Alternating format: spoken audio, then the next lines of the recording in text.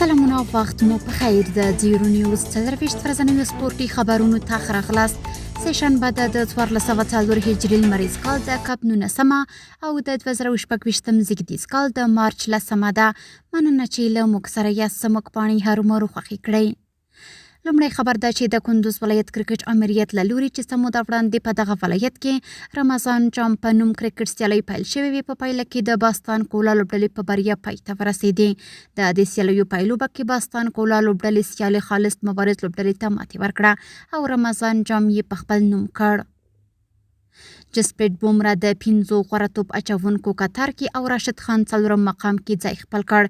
په 2026 کال شلوریز نړیوال جام کې بومره د شلوریزو نړیوالو جامونو د 5 غوره توپ اچونکو په ډله کې راغی.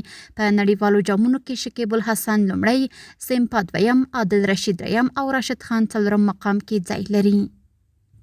او د نړیوال سپورت له ډګره ټاکل شوې وه چې د روانې مارچ میاشتې له 25 تر 28 نیټې د کرکټ نړیوالې شورا میاشتنۍ غونډه د قطر په مرکز دوحه کې ترسره شي.